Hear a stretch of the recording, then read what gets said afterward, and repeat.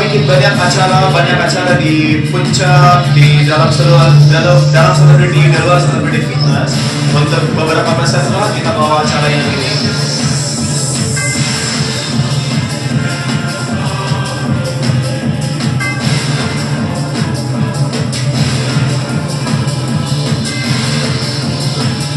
Itu ada laughing yoga. Pernah tahu laughing yoga? Nggak tahu. Ini laughing yoga.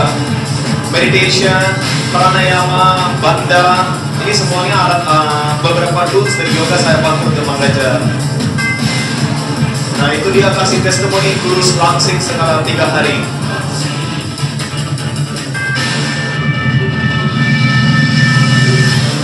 Itu teknik namanya Naudi yang bisa putar perutnya.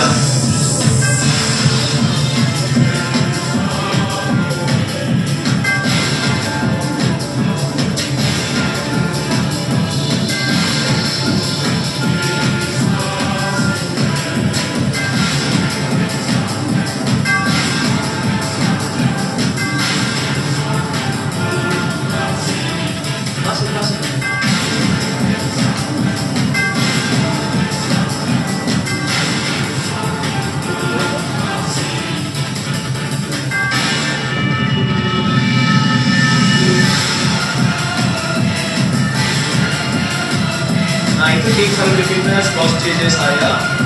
Kita pernah booking yoga muri dalam sama 1000 orang yang ini.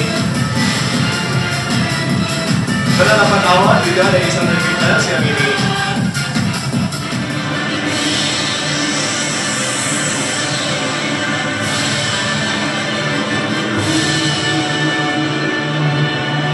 Nah itu saya dari yang kecil, introduction dari saya. Saya berasal dari India ngomong-ngomongnya.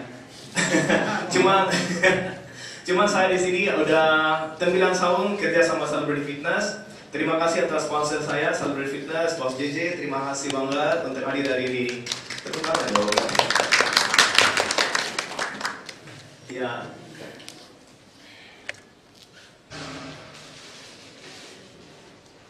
Nah, topik ini hari saya mau mengajar ada 20 minutes of theory and 50 minutes of practicals and 5 minutes of question and answer and feedback.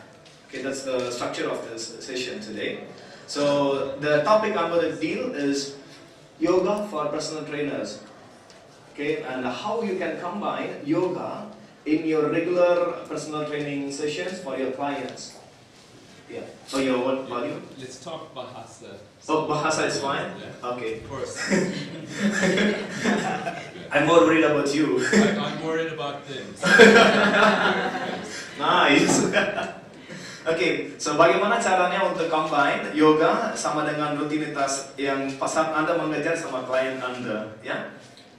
Nah, sebelumnya saya mau tanya, oke, beberapa orang hadir di sini personal trainer, angkat tangan Anda, personal trainer.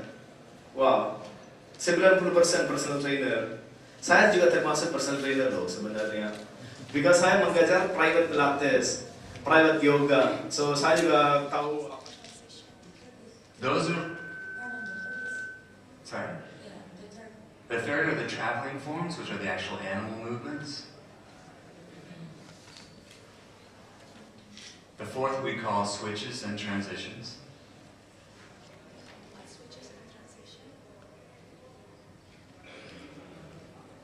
We use those to design our flows. So by the end of this session today, I'm going to teach you guys a flow, which is another component of our animal flow.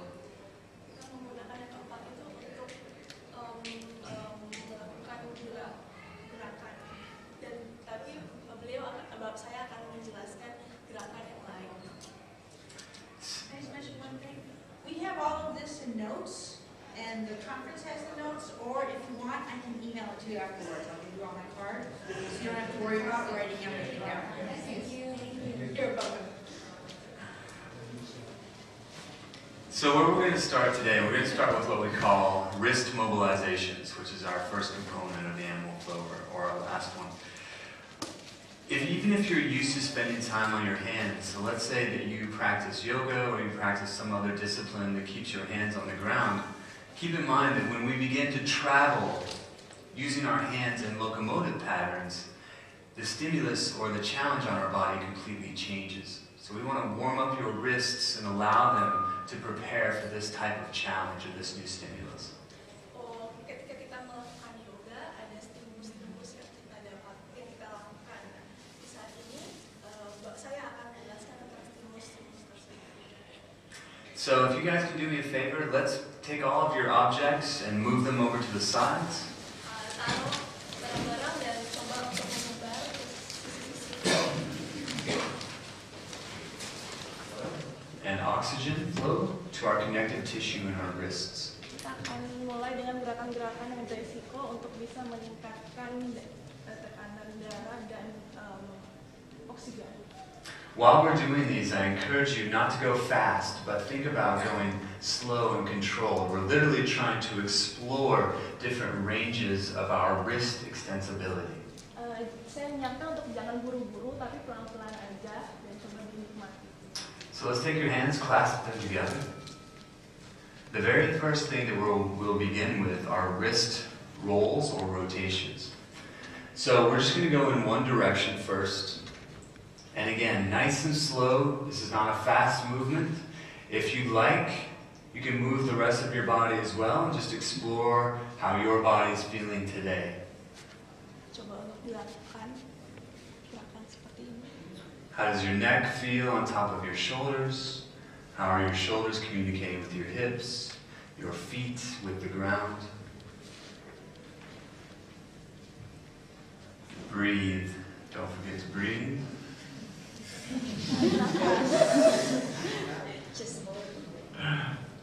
And reverse the directions. Let's go the opposite way. Coba dibalikan gerakan arahnya. So from here, we're going to go into what we call our wrist waves. So you'll keep the fingers clasped together, the hands palms down towards the ground. We'll initiate the wave by lifting an elbow. The movement translates through the wrist to the opposite wrist and to the opposite elbow. So we lift, roll through the wrists into the opposite elbow. We'll continue to go one direction at a time. Coba gerakan. And then this may be more challenging because usually we start with the side that we're good at. Now change directions.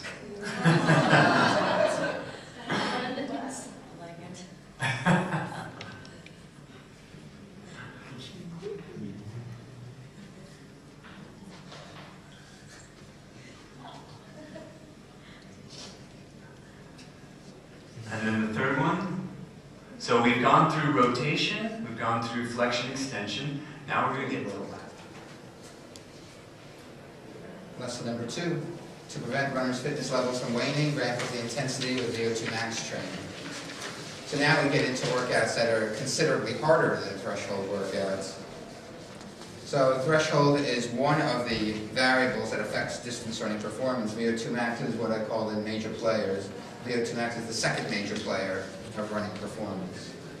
So while increasing runners' weekly running volume will increase their VO2 max if they currently run less than 65 to 80 kilometers per week, once you get to that level of training, then you need to do something of greater quality to really improve your VO2 max and improve the cardiovascular aspect of VO2 max. So the most potent stimulus to increase VO2 max is VO2 max intervals.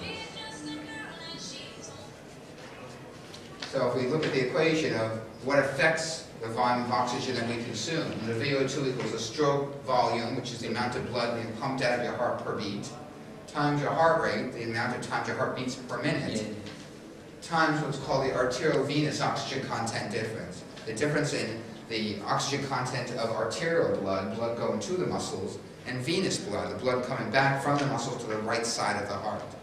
So we have this circuit where the heart is the middle of the circuit. Blood leaves the left ventricle of the heart and it goes to the largest artery, the aorta. Then after the aorta, it goes to the large arteries, then the smaller arterioles, and then the very small capillaries that perfuse all of the muscle fibers.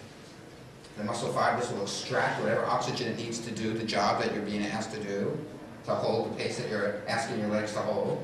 And then whatever small amount of oxygen that's left and a whole lot of carbon dioxide for metabolism goes up the other way. We go through the small capillaries, the small venules, the larger veins, and then the largest vein, the vena cava. After the vena cava, we dump the blood into the right side of the heart, the right atrium. And we go from the right atrium to the right ventricle to the lungs to the muscles, and then the difference in the other side, the venous blood, the blood coming back from the muscles back up to the right side of the heart. Okay? So the larger that difference, the wider that difference, then the more oxygen the muscles have extracted from the blood. Tabletop position. Okay, kaki kanannya naik ke atas. Tabletop position. Right leg up. Good. Left leg up. When we do toe taps, targetnya apa? Your abdominal muscles. It's not your quad. Of course, your quad is a hip flexion and hip extension. A hip flexion muscle. It flex and extend. But our focus in your lower abdominal. Rasanya harus 75% on your abdominal, 25% on your quadricep. Ya. Ketika kakinya turun ke bawah, toe tap itu apa? Turun ke bawah? Good. And then down. Okay. Turun kakinya. When you do toe tap, waktu kita toe tap, gerakan itu adalah hip extension. What is your hip flexor? Hip flexor kita ada apa aja? Quadricep, dan psoas. Ya. Ada iliopsoas dan ada quadricep yang paling besar di depan. Ya. Is a hip extension. Ketika kita ngelakuin hip extension, jangan ditambahin knee flexion. Naik ke atas kaki kanannya. Dua-duanya naik ke atas. Good. When you do toe tap, maintain this one is 90-90. What's the difference between this and this? Ya. Ketika kakinya nggak 90 derajat lagi, you are doing knee flexion. It's not a hip extension.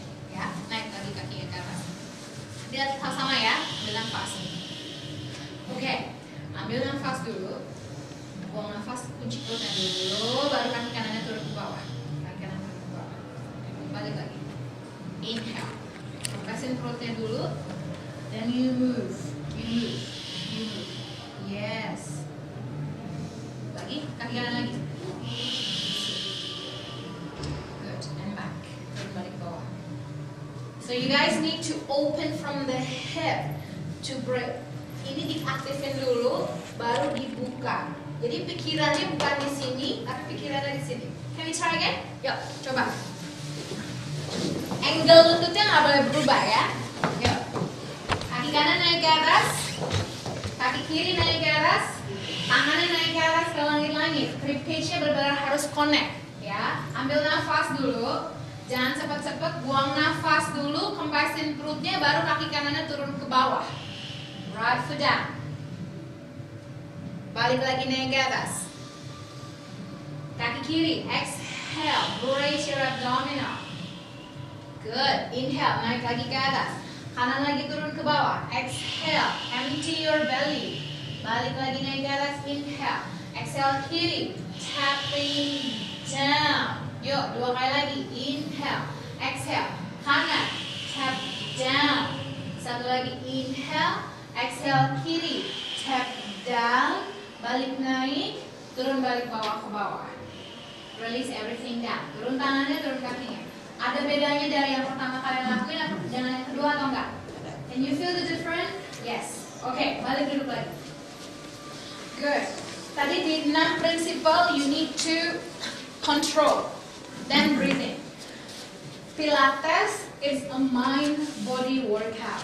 What happened in your mind, it's happened in your body. What happened in your body, it's happened in the mind. That's why we call this a mind and body workout. Ketika kita nggak konsentrasi, ketika kita nggak kontrol, ketika kita nggak ngerasain muscle apa yang bergerak, it won't work. So mind, body, connected. Kita pikirin dulu apa yang mau gerak, then you move. Ya, karena kalau nggak gitu